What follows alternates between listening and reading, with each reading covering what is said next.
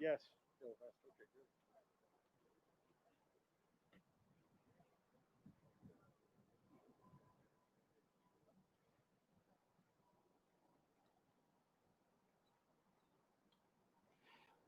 Well, good afternoon. Welcome to Windsor Essex Premier Ford, Minister Kinga Surma, Minister McNaughton, MPP Rick Nichols from the Government Caucus. Thank you for attending today as well. And to my municipal colleagues from across the region, thank you for coming to the city for today's event.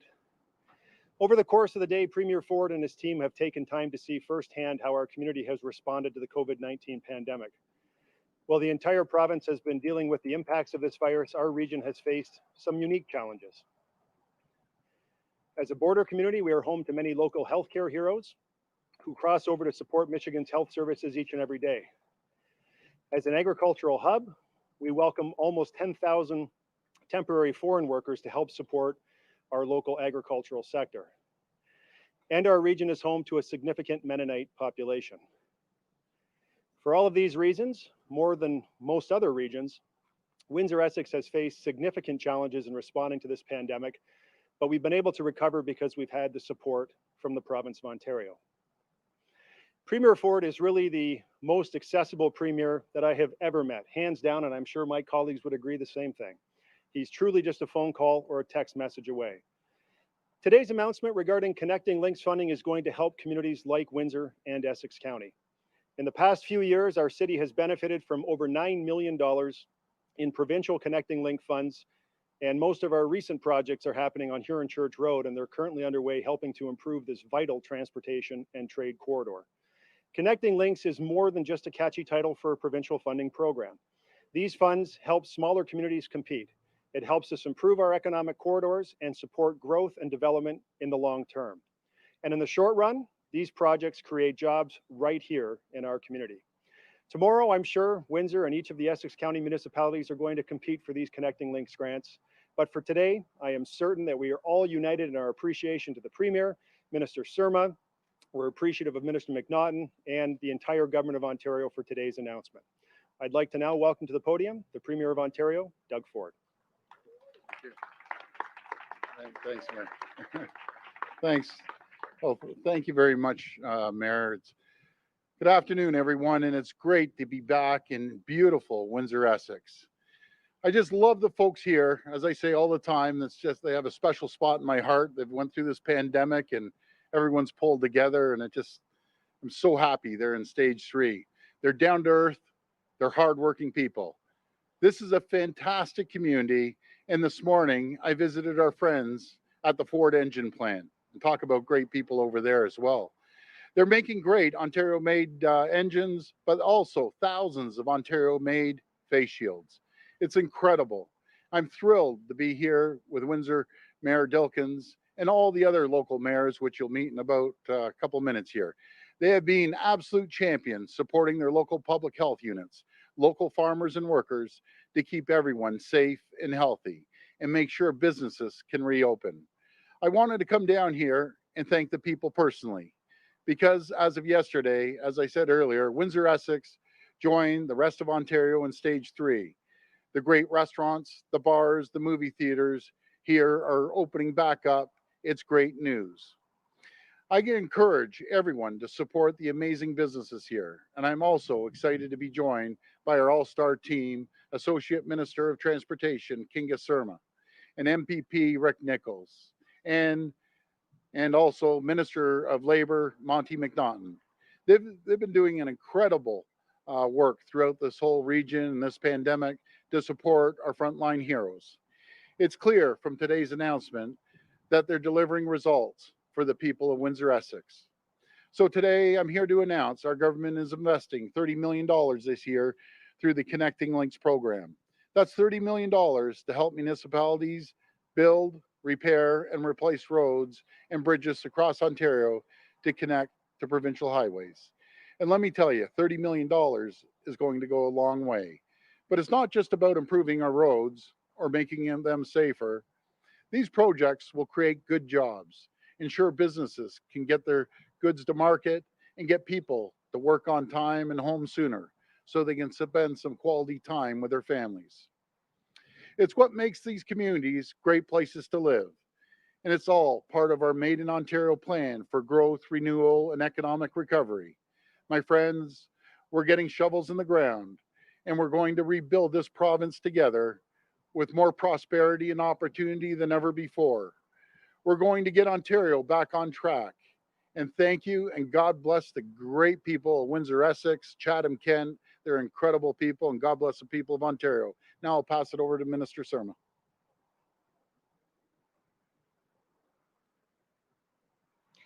Thank you very much, Premier Ford.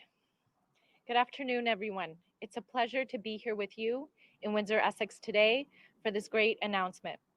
As Premier Ford said, the Connecting Links program is one of the tools our government will use to support municipalities and create good local jobs. As we recover from COVID-19 and work to safely and gradually reopen the economy. I have had the opportunity to travel across southwestern Ontario and hear firsthand from municipal leaders how important this program is. And we heard your feedback, including how much of a challenge it can be for smaller municipalities to make funding available for bridge work. That's why we are increasing the funding available for bridge projects through the Connecting Links in 2021-2022 from $3 million per project to $5 million per project. This will be a permanent change to the funding formula thanks to the views expressed by our municipal partners. This increase in funding will help keep local bridges safe while reducing pressure on local budgets, especially as municipal budgets faced increased pressure from COVID-19. The money we invest in local roads and bridges through the Connecting Links program plays a vital role in growing local economies. That's why in June, our government announced that we were providing an additional $10 million to municipalities for a total of $40 million through the Connecting Links program for 2020-2021. Here in southwestern Ontario, we will contribute $3 million to the rehabilitation of Grand Avenue East in Chatham and an additional $3 million toward further improvements to Huron Church Road in Windsor this year alone. These roads are critical arteries that are used to get goods to millions of Ontarians. For the upcoming 2021-2022 fiscal year, our government will provide $30 million in Connecting Links funding. Through local investments like the Connecting Links program and the billions we are investing in highways and public transit improvements, we are building a better transportation system that will connect people, families, and businesses in southwestern Ontario. Under Premier Ford's leadership, we are following through on our commitment to build and invest in local roads and bridges to keep goods moving efficiently, to drive job creation and attract future investment.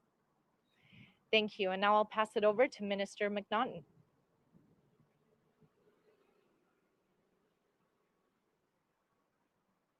Well, thank you so much, Kinga. It's great to be here with you, Rick, the Premier, and of course, many of our municipal partners from across southwestern Ontario. Today's announcement is another example of our government listening to our partners. The need for increased maximum funding for bridges is something that I heard about in my own riding. That change in the investments in roads and bridges that the Premier and Minister announced will help municipalities in Lambton, Kent, Middlesex, and right across the province. Safe roads and bridges are important to families, farmers, and small businesses. They'll let people drive with confidence to work, to shop, on their way home after picking up their kids. These investments are also another illustration of the importance of the skilled trades. To all the young people out there and their parents, this is funding that creates jobs, good jobs, not just well-paid jobs, though that can definitely be a part of that. These are jobs where you can really see the results of your hard work. Jobs where you can build things with your own hands. Jobs where you can build bridges and roads that link us all together. At a time when we're still holding many conversations by teleconference, when we're still setting up video to talk to family members, we all have a renewed appreciation for these connecting links within and between communities. I'm proud that our government is investing in critical infrastructure while also supporting training in the skilled trades we need to build it right across Ontario. I'd like to thank the Premier and Minister Surma for today's great announcement. With that, I'll turn things over to Rick Nichols to say a few words. Thank you.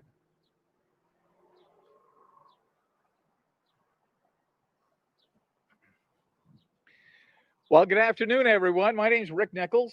I'm the Member of Provincial Parliament for Chatham, Kent, Leamington. And as the Premier and Minister Surma have already stated, by making strategic investments now and getting shovels in the ground on these projects, we will help every part of Ontario chart a path to a strong recovery. The Connecting Links program has been designed to help numerous cities in the province. The cities of Windsor and Chatham-Kent will be two of the 77 municipalities that will benefit from this important program that helps municipalities build and repair roads, bridges, and highways that people and businesses rely on every day. In fact, Chatham is receiving $3 million from the last round of funding through the program to help rehabilitate Grand Avenue East, a major thoroughfare in my community. I would like to thank Premier Ford, Minister Mulroney, and Associate Minister Surma for delivering this great news for my riding, as well as for the City of Windsor, Essex, and of course, the additional areas. So again, I would like to thank all the local mayors for being here as well today. I know this program means the world to our municipal partners in Chatham, Kent, and Windsor, Essex, and communities across the province. And again, thank you everyone for coming this day. Thank you. We'll go to the phone line for questions. Just a reminder that it is one question and one follow-up, please. Your first question comes from Robert Benzie from the Toronto Star. Well, Please go Robert, ahead. can you just hold on there for 2 seconds there, Robert? Yeah, sure, Premier. Sure. No, I just had lunch with 10 great mayors, and very seldom do you get 10 mayors in a region and they're all singing off the same song sheet. I can assure you, down here in the Chatham, Kent, Windsor, Essex area, everyone's singing off the same song sheet. And you always, what's your ask? Basically, that's what I always find out. What are their concerns, their communities? No one understands the communities better than municipally elected mayors, councillors, and mayors. I know this wasn't scripted, but if I could ask you, just come in, say who you are and what region you represent, and I just want everyone to know what a great bunch of mayors we have. So let's come over here and we'll just quickly rattle through everyone, and it'll be good. Well, thank you, Premier. Gary McNamara, and the Mayor of Tecumseh, also the Warden of the southernmost county in Ontario, the County of Essex. Thanks, Mayor. Tom Bain, Mayor for Town of Lakeshore and the past Warden for the County of Essex. Thanks, Tom. Mayor Snively from the Town of Essex, and to Mr. Ford, thank you for the great announcement. Thank you. How are you? Good. Nelson Santos, Mayor for the Town of Kingsville. Thank you. Good afternoon. I'm Hilda McDonald. I'm the Mayor of the Municipality of Leamington. Tickled to be here and glad you're here, Premier. Thank you, Mayor. Thank you. Mayor Mark Bondi, Town of LaSalle, and thanks again for coming down, Mr. Thank you, Ford. Mayor. Appreciate it. Darren Caniff, Mayor of Chatham, Kent. Thrilled to be here.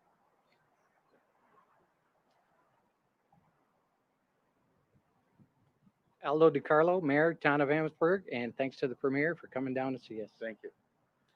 Now, boy, those are 10 fantastic mayors, and I can tell you, people in this region, they're incredible, and we're so fortunate to have 10 mayors and Mayor McDonald, Mayor Santos. I know you've been struggling over the last little while, but everyone has your back, all the whole region, the whole province, and I'm just so happy everyone's in stage 3.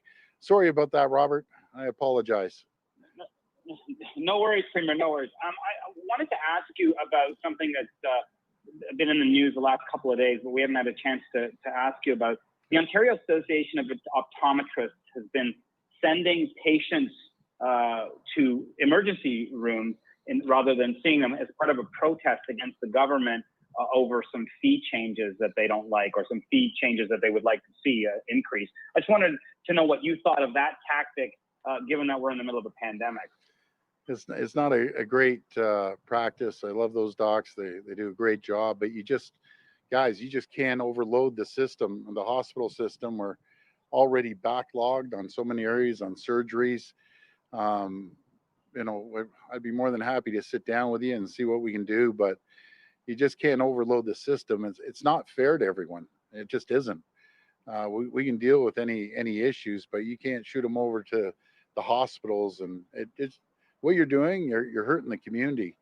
And what I've heard on social media and other things, it's backfiring on you. But I'm there to help you any way I can. We'll sit down and I'll ask someone from my office to set something up for you. But I think it's better to sit down and talk than clog up all our hospitals across the province.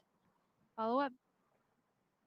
Yeah, and on another subject, Premier, the American Association of Pediatricians said today that children as young as 2 could be wearing masks. I know that in schools we've been talking about masks for older children. I guess starting in grade 4. I'm just wondering if you will take that new research into consideration, so that maybe kids in daycare and kids in nursery school and kindergarten, junior kindergarten should wear masks as well. Well, Robert, through the advice of sick kids, they were suggesting not to have the young ones, the little ones, wear the masks. Another idea that has come up, and we bounce it off sick kids and bouncing it off our health team. Maybe the youngest ones, maybe it's easier if they wear face shields.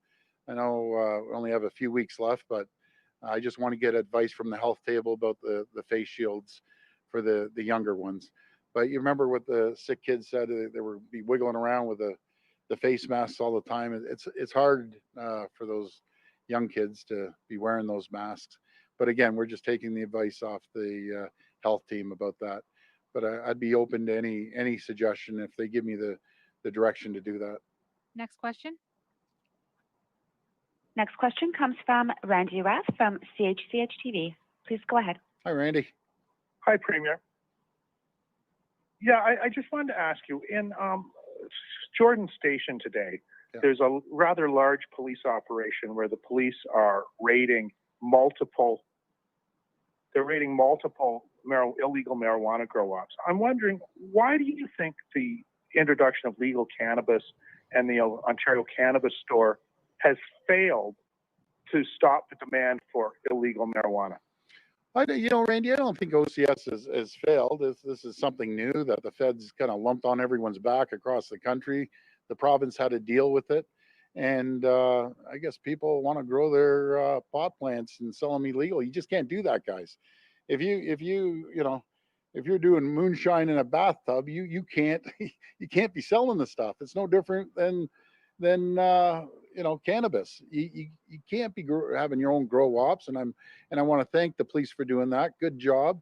We're rolling out all the stores. We can OCS. You can get your products in a couple days. So I know it's new to everyone, but guys, if you're going to start having a grow up on cannabis, hopefully the police are going to catch you. It's simple as that. Follow up. Okay, on another subject altogether, Minister McLeod has protection again, has a protective service looking after her. I'm wondering if you have any comment about the necessity and for female politicians and the anger and the misogynistic attitudes that are held towards them. Well, it's frustrating. I don't care what political stripe you're from. Actually, I don't care what political stripe you're from anytime, but especially this and going after women or even men in that case. No matter what political stripe you're from, no matter if it's municipal, provincial, or federal, guys, you just don't cross that line. You can protest, you can do cartwheels in front of City Hall or on Queen's Park or on the Parliament buildings in Ottawa. You cannot cause harm to any elected official. Simple. End of story. You just can't do it. Next question. Next question comes from Brian Cross from the Windsor Star. Please go ahead. Hi, Brian. Hi. Yeah, I wanted to ask about an issue that I understand was raised when you were talking with the mayors from our region here, and that is the new hospital. Yep. Where is that at in your eyes? I think it's the number one priority. We went around and we listened to every single mayor, and every single mayor said the same thing. The hospital's number one. And that's absolutely essential. And then of course we have to deal with the erosion situation. The erosion's happening not only here but throughout our province. That's where we need the feds' help. But I've told all the mayors, I heard your message loud and clear. It's my job now to go fight for this region and fight for the mayors along with our MPP Nichols and MPP Minister McNaughton because they need proper representation. They need a loud voice at Queen's Park. And I just have this, I'm telling you, you guys don't hear me say this too often. I have this connection down here with these mayors. And when you go through a battle like Mayor Santos and Mayor McDonald and Mayor Dilkins went through, everyone kind of bands together. And you always got to help the people that were struggling through this. And we're going to get them back on their feet and help them out. But since it's their number one priority, it's my number one priority now, is to give them proper health care to such a large region of Windsor, Essex. And it's such an important region. People don't realize Windsor, Essex feeds the vast majority, not just the country, not just the province, but all throughout the U.S. too. There's tremendous amount of trade happening down here. So I'm going to battle for them. Follow up? Absolutely. We're gonna get it done one way or another. When can we expect a new announcement on moving forward? When I get back out here, you'll see a few scratches and bruises on me, but one way or another, we're going to make this happen. It's so important. Mayor, what did you say? Was it 100 years old, the hospital, Mayor?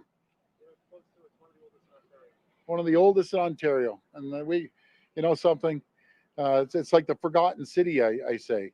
Well, under this party, we aren't going to forget it. Under this government, under myself, it's not going to be the forgotten city anymore. We have to start delivering proper services or widening Highway 3. I remember during the election, that was a major issue. We're going to widen Highway 3 and we're going to, one way or another, we're going to find funding for this hospital. It's not fair. Someone's going to a 100-year-old hospital in such a large region. They're in desperate need of this. So message to the Finance Minister, President of Treasury, Minister of Health, I'm coming. I just have to support these folks. Simple as that. Next question. Next question comes from Christy Lee Varley from AM 800. Please go ahead. Hi, how you doing? Hi, Premier. Hi. Welcome back to Windsor, Essex. We're wondering, what is the plan, or is there a plan for Caesars Windsor with over 2,000 employees there, but only a 50-person limit for indoors? Will your government consider something maybe similar to what was done with Cineplex, so the casino is able to reopen enough to be profitable? We are actually. We had a great cabinet meeting yesterday. I had a good discussion with the finance minister, asking him that exact question. You know, the committee that he's heading up. But we need to take the same approach as we do with the cinemas. It's not feasible for the casino to open up if they have 50 people. Let's take sections of the casino and let 50 go in, another 50 in another section. You know, it's critical. There's a lot of jobs over there. And I got to protect those jobs. I got to protect, I believe they're Unifor over there. I got to protect those folks.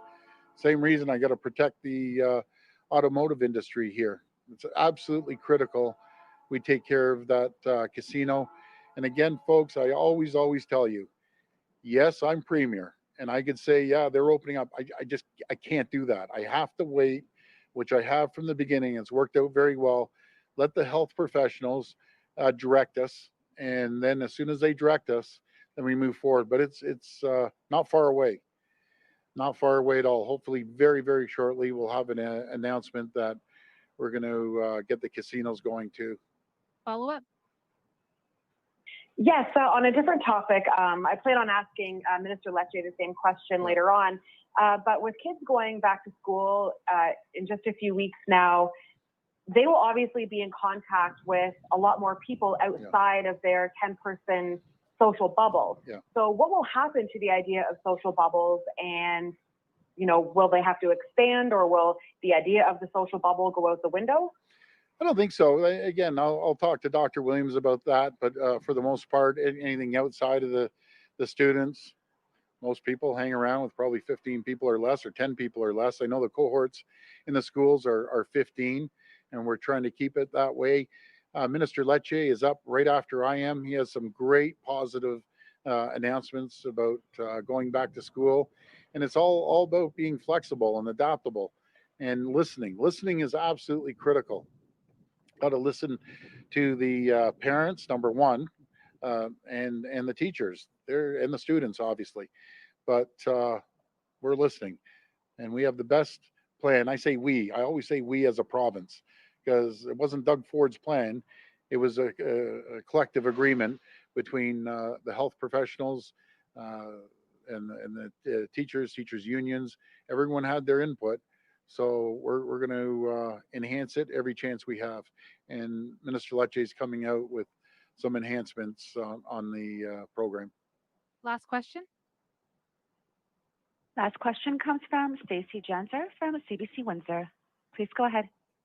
Good afternoon. So Hi. let's talk a little more about economic recovery. You've announced this connecting links that should help out the construction industry, but Windsor overall has a high unemployment rate. About 1,500 people just lost their jobs because FCA lost its third shift. Yeah. So what are your other plans to help an already struggling place like Windsor succeed? Well, it's a good question. We have to create the environment to be more competitive than our neighbors to the south. We have to make sure that, and there's a tremendous amount of red tape and regulations, federal, provincial, but spending time in municipalities, and all my great mayors know that we got to cut the regulations and make sure that when companies come here, they aren't waiting 4, 5, 6 years to get a permit. And it's not the municipality's fault. They have to go through the AEA and so on, so forth. A perfect example, and it's twofold here when we're doing these fast builds for long-term care. We're going to be building 2 6-story buildings, 320 beds in each area, and we're going to do it in about 7-8 months. And my question to all of us, if we can do this in long-term care in 7-8 months with the cooperations of municipalities, cooperations with labor, and getting the approvals through in the province, why can't we do this for the private sector?